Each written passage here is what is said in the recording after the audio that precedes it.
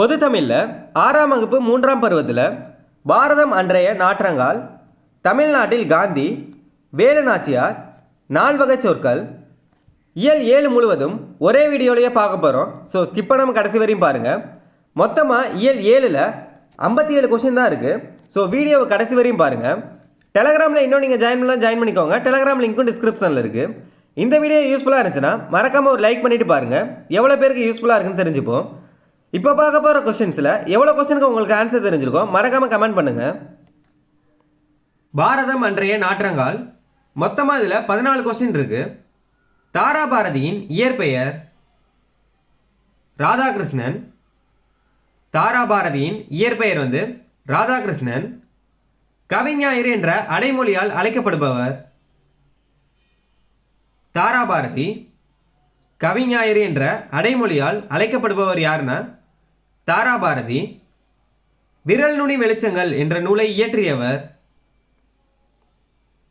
தாராபாரதி. விரல் நுனி வெளிச்சங்கள் என்ற நூலை இயற்றியவர் யாருன்னா தாராபாரதி. இது எங்கள் கிழக்கு என்ற நூலை இயற்றியவர் தாராபாரதி. இது எங்கள் கிழக்கு என்ற நூலை இயற்றியவர் யாருன்னா தாராபாரதி.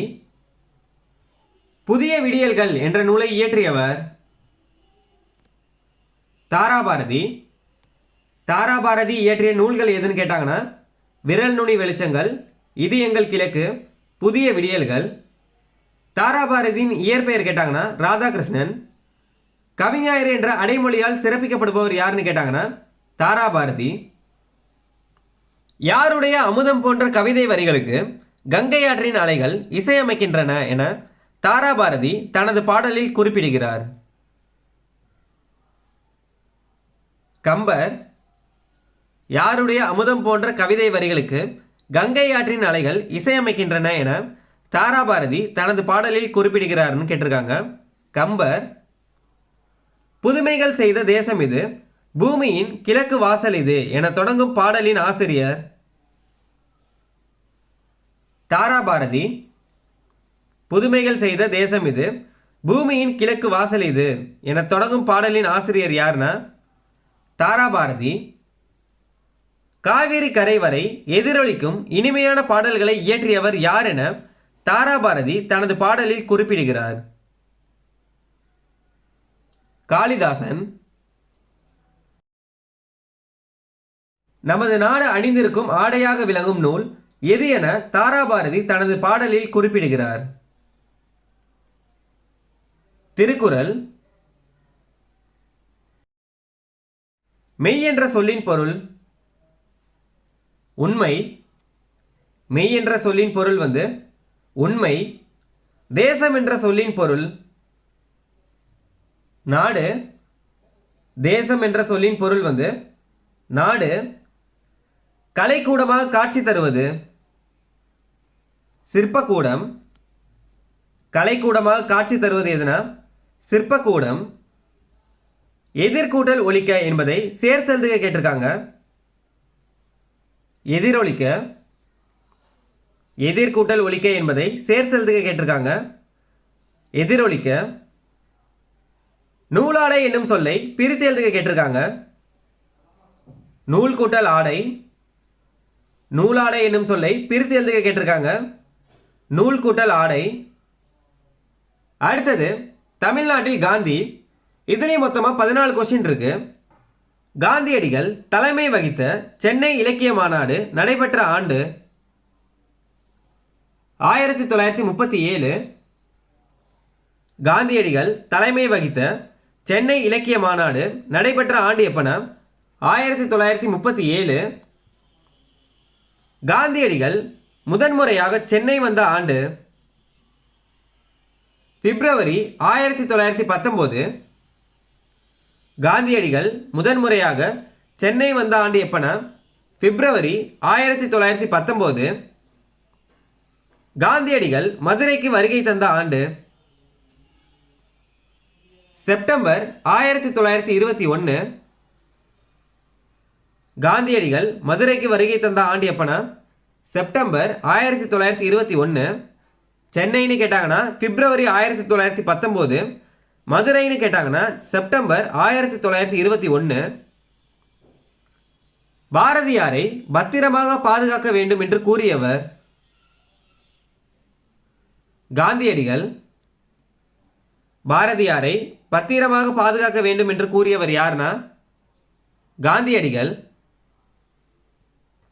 ரவுலட் சட்டம் பற்றிய ஆலோசனை கூட்டம் யார் வீட்டில் நடைபெற்றது? ராஜாஜி வீட்டில். காந்தி அருங்காட்சியகம் எங்கு உள்ளது? மதுரை. காந்தி அருங்காட்சியகம் எங்கு உள்ளதுன்னா மதுரை. காந்தி அவர்களை பொதுக்கூட்டத்திற்கு தலைமை தாங்க அழைத்தவர் பாரதியார். காந்தி அவர்களை பொதுக்கூட்டத்திற்கு தலைமை தாங்க அழைத்தவர் யாருன்னா பாரதியார். காந்தியடிகளை கவர்ந்த தமிழ் கையேட்டை எழுதியவர் ஜி.யு. போப். காந்தியடிகளை கவர்ந்த தமிழ் கையேட்டை எழுதியவர் யாருன்னா ஜி.யு. போப். காந்தியடிகளை கவர்ந்த தமிழ் நூல் திருக்குறள். காந்தியடிகளை கவர்ந்த தமிழ் நூல் எதுனா திருக்குறள். சென்னை இலக்கிய மாநாட்டிற்கு வரவேற்பு குழு தலைவராக இருந்தவர் உ.வே. சாமிநாதர். சென்னை இலக்கிய மாநாட்டிற்கு வரவேற்பு குழு தலைவராக இருந்தவர் யாருன்னா உ.வே. சாமிநாதர். காந்தியடிகளிடம் உடை அணிவதில் மாற்றத்தை ஏற்படுத்திய ஊர் மதுரை. காந்தியடிகளிடம் உடை அணிவதில் மாற்றத்தை ஏற்படுத்திய ஊர் எதுனா மதுரை. உ.வே. சாமிநாதரின் அடிநிழலில் இருந்து தமிழ் கற்க வேண்டும் என்னும் ஆவல் உண்டாகிறது என்று கூறியவர் காந்தியடிகள். காந்தியடிகள் தென்னாப்பிரிக்காவில் வாழ்ந்த காலத்தில் எந்த மொழியை கற்க தொடங்கினார்? தமிழ் மொழியை. காந்தியடிகள் தென்னாப்பிரிக்காவில் வாழ்ந்த காலத்தில் எந்த மொழியை கற்க தொடங்கினார்னா தமிழ் மொழியை. அடுத்தது பொறுத்துக்க கொடுத்துருக்காங்க. இலக்கிய மாநாடு சென்னை. தமிழ்நாட்டின் சொத்து பாரதியார். குற்றாலம். அருவி.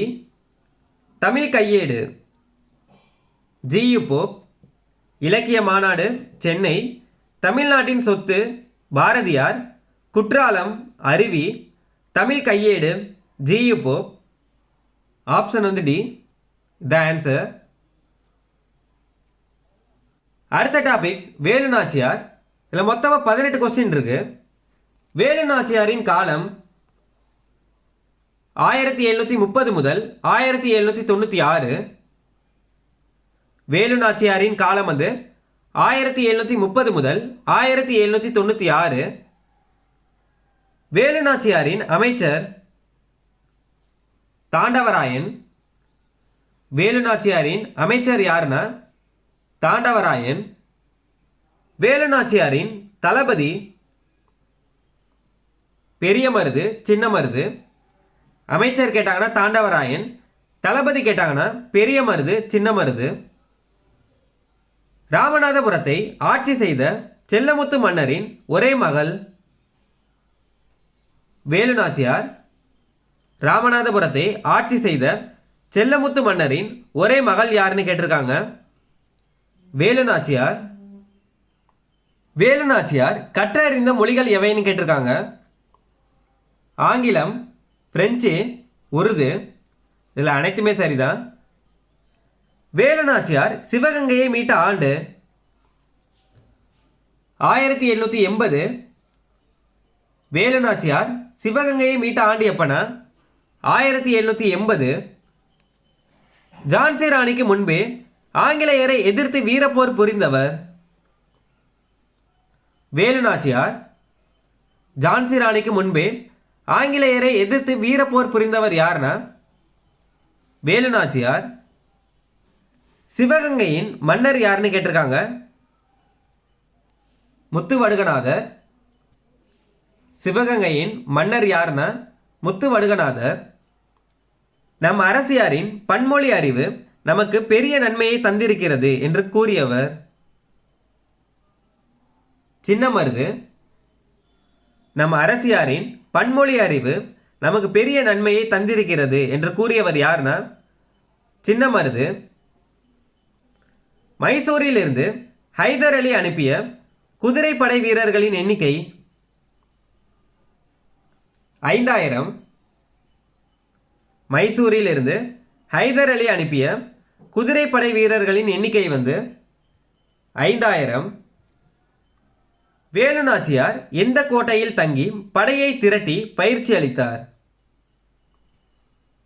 திண்டுக்கல் கோட்டையில். முத்துவடுகநாதர் ஆங்கில படையுடன் போரிட்டு வீரமரணம் அடைந்த இடம்? காளையார் கோவில். தன் உடலில் தீ வைத்துக் கொண்டு ஆயுத கிடங்கில் குதித்தவர்? குயிலி. தன் உடலில் தீ வைத்துக் கொண்டு ஆயுத கிடங்கில் குதித்தவர் யார்னா குயிலி. வேலு நாச்சியாரை காட்டி கொடுக்காததால் கொல்லப்பட்ட பெண்ணின் பெயர்? உடையாள். வேலு நாச்சியாரை காட்டி கொடுக்காததால் கொல்லப்பட்ட பெண்ணின் பெயர் என்னன்னா உடையாள். வேலு நாச்சியார் படையில் பெண்கள் படைப்பிரிவிற்கு தலைமை ஏற்றவர்?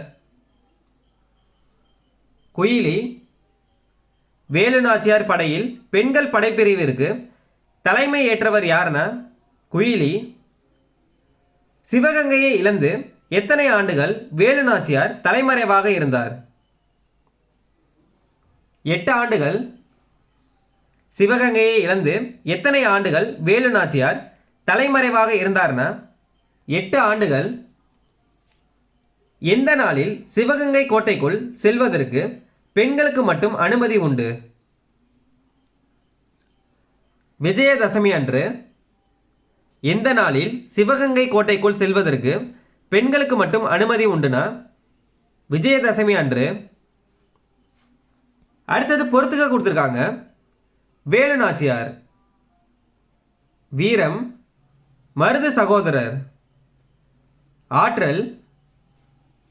ஐதர் அலி. உதவி. குயிலி. தியாகம். வேலு நாச்சியார். வீரம். மருது சகோதரர். ஆற்றல். ஐதர் அலி. உதவி. குயிலி. தியாகம். Option A. இதான் ஆன்சர். அடுத்த டாபிக் 4 வகை சொற்கள். மொத்தமாக 11 கொஸ்டின் இருக்கு. பெயர் சொல்லையும் வினை சொல்லையும் சார்ந்து வரும் சொல்? இடைச்சொல். பெயர் சொல்லையும் வினை சொல்லையும் சார்ந்து வரும் சொல் எதுனா இடைச்சொல். பெயர் சொல் வினைச்சொல் ஆகியவற்றின் தன்மையை மிகுதிப்படுத்த வருவது? உரிச்சொல். பெயர் சொல் வினைச்சொல் ஆகியவற்றின் தன்மையை மிகுதிப்படுத்த வருவது எதுனா உரிச்சொல். இலக்கண அடிப்படையில் சொல் எத்தனை வகைப்படும்னு கேட்டிருக்காங்க? 4 வகைப்படும். இலக்கண அடிப்படையில் சொல் எத்தனை வகைப்படும்னா 4 வகைப்படும். அவை எதுன்னு கேட்டாங்கன்னா பெயர், வினை, இடை, உரி. இலக்கண அடிப்படையில் சொற்கள் 4 வகைப்படும்.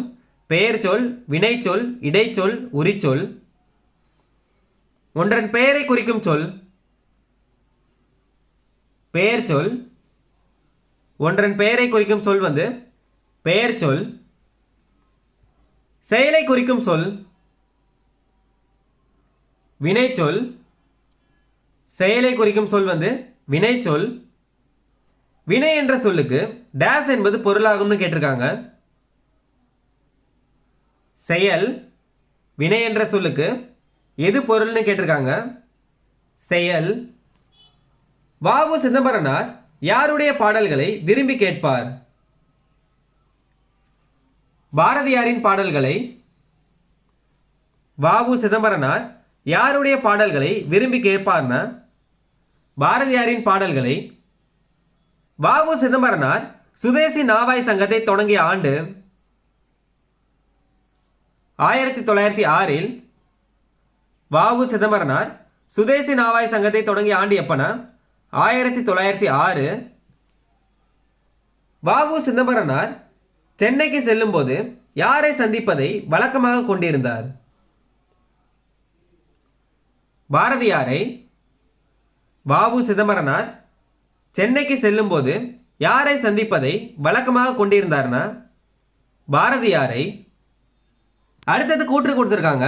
கூற்று 1, 16/10/1906 வ.உ. சிதம்பரனார் சுதேசி நாவாய் சங்கத்தை தொடங்கினார். கூற்று 1 வந்து சரி. 16/10/1906 வ.உ. சிதம்பரனார் சுதேசி நாவாய் சங்கத்தை தொடங்கினார். கூற்று 1 வந்து சரி. கூற்று 2, வேலு நாச்சியார் சிவகங்கையை மீட்ட ஆண்டு 1780. கூற்று 2 சரி. வேலு நாச்சியார் சிவகங்கையை மீட்ட ஆண்டு வந்து 1780. கூற்று 2 சரி. கூற்று 1 சரி. கூற்று 2 சரி. ஆப்ஷன் வந்து ஏ த ஆன்சர். கூற்று 1 மற்றும் 2 சரி. அடுத்தது கூற்று கொடுத்துருக்காங்க. கூற்று 1, இலக்கண அடிப்படையில் சொல், பெயர், வினை, இடை, உரி என 4 வகைப்படும். கூற்று 1 வந்து சரி. இலக்கண அடிப்படையில் சொல் எத்தனை வகைப்படும்னா 4 வகைப்படும். பெயர் சொல், வினைச்சொல், இடைச்சொல், உரி சொல் இதான் கொடுத்துருக்காங்க. கூற்று 1 வந்து சரி. கூற்று 2, பெயர் சொல்லையும் வினைச்சொல்லையும் சார்ந்து வரும் சொல் உரிச்சொல் ஆகும். கூற்று 2 வந்து தவறு. பெயர் சொல்லையும் வினைச்சொல்லையும் சார்ந்து வரும் சொல் இடைச்சொல் இல்லை உரிச்சொல்னு கொடுத்துருக்காங்க. கூற்று 2 வந்து தவறு. கூற்று 1 சரி. கூற்று 2 வந்து தவறு. ஆப்ஷன் வந்து சி இதான் ஆன்சர். இதோட பொது தமிழில் 6ஆம் வகுப்பு இயல் 7 முழுவதுமே பார்த்துட்டோம். அடுத்த வீடியோவில் 6ஆம் வகுப்பு இயல் 8 பார்க்கலாம்.